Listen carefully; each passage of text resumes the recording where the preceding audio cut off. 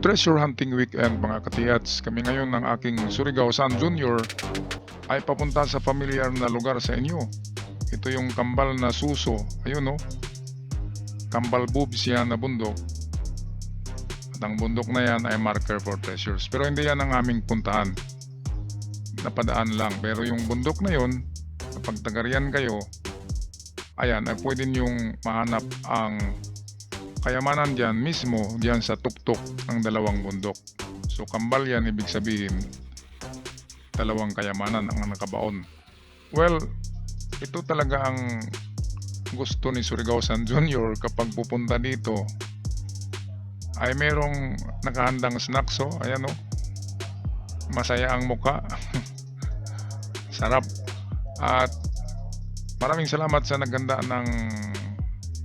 ng snacks na ating katiyats.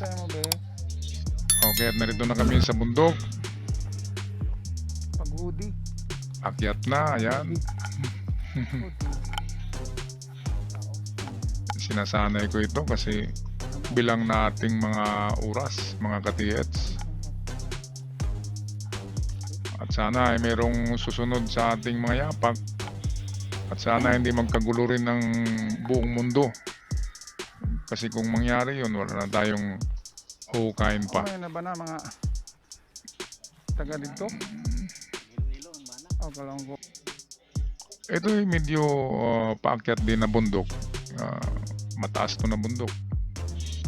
Kaya merong mga signs dito ng treasures, kaya lang ay binasag na ng mga treasure hunter. At wala na tayong makikita. Kaya pag-asa dito, mga treasure inside the rock. At yan ang assignment ni Surigao San Jr. Ang pag-familiar ng sounds ng bato. Ang ingay ng bato at ang ingay ng metal. Hindi pa kasi siya marunong gaano. Basta't sa kanya ay mag-detect lang at makinig sa mga tunog. Pero hindi pa siya marunong mag-analyze.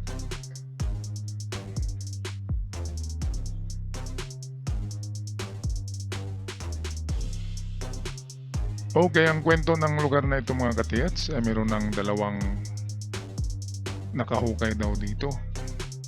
At maganda na ang buhay ngayon. Mayaman na. Kaya ang bundok na ito ay dinadayo ng mga treasure hunters kasi meron nang nakakuha.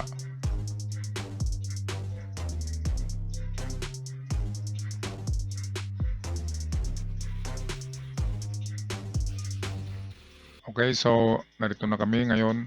Asimbol muna tayo ng gamit. At si Surigao San Jr. muna ang i-assign ko sa kanyang homework na mag-detect. Itong gagamitin niya ngayon, itong Nokta Macro.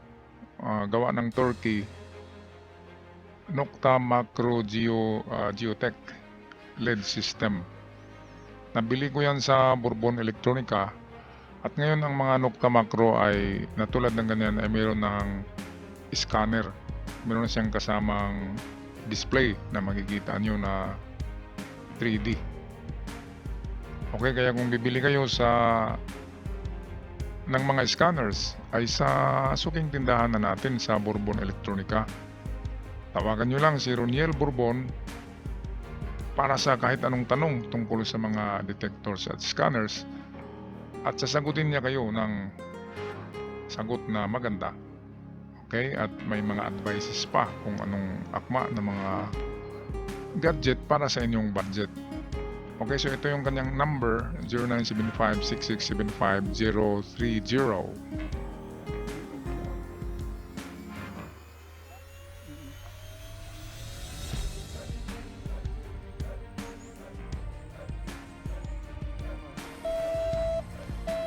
Tanaw din, tanaw.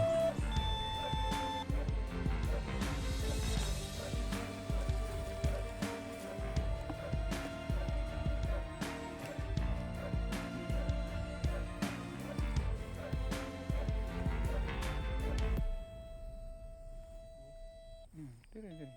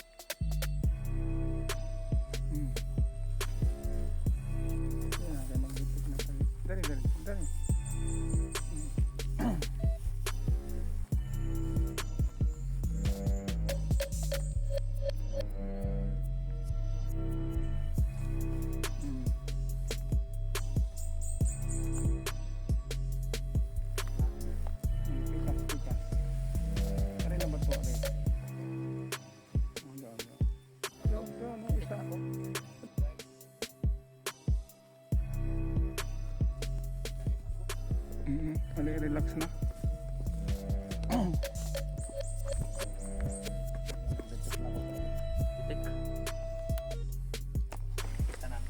Ini Sige na. Dito. atau aku tak luha. Doon na lupa. Doon diha. Alik na.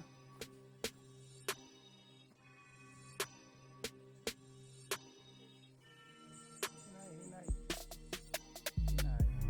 Tanaw. Tanaw. Ay up na cuman lupot. Aper. Sige. Okay, at tapos na ang homework ni Surigao-san Jr. Ang aking gawain naman ngayon, ang aking tapusin, ang pagdetect nitong hukay nila Katiats. May bara dito. Yan na. Ito'y final detection kasi nasa test dig na sila sa lalim na 3 meters. Ay atin i-detect ito kung meron nga bang metallic detection under sa 3 meters deep. Okay, karamihan ng mga test dig ay 2 to 3 meters deep. Okay, at kapag walang makita na maganda sa kanyang lalim sa 2 to 3 meters, eh pwedeng huminto na tayo. Mga ka-TH, wag na magpatuloy kapag walang signs na makikita sa ganyan. Ano bang mga signs na yan? Pwedeng mga damit ng hapon, mga gamit ng hapon, mga buti, mga basag na plato, na jars, ganyan, basta bagay na gawa ng tao na nandyan sa 2 to 3 meters deep. Kapag meron, ay positive yan. Katulad na lamang nito,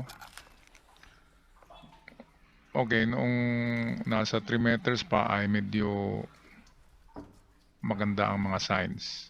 Kaya ito, detect natin, itong ating detector makapag-detect naman ito ng 3 meters deep to 5 meters.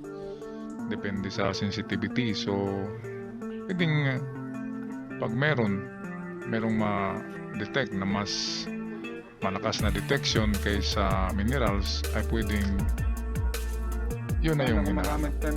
Okay, pero dito ay wala akong na-detect na malakas na detection na pwedeng metal or metal box or ginto. Kaya ako'y aahon na at pag-usapan namin na pwedeng i-close na or tabunan na muli itong hukay kasi walang positive result ang ating detection.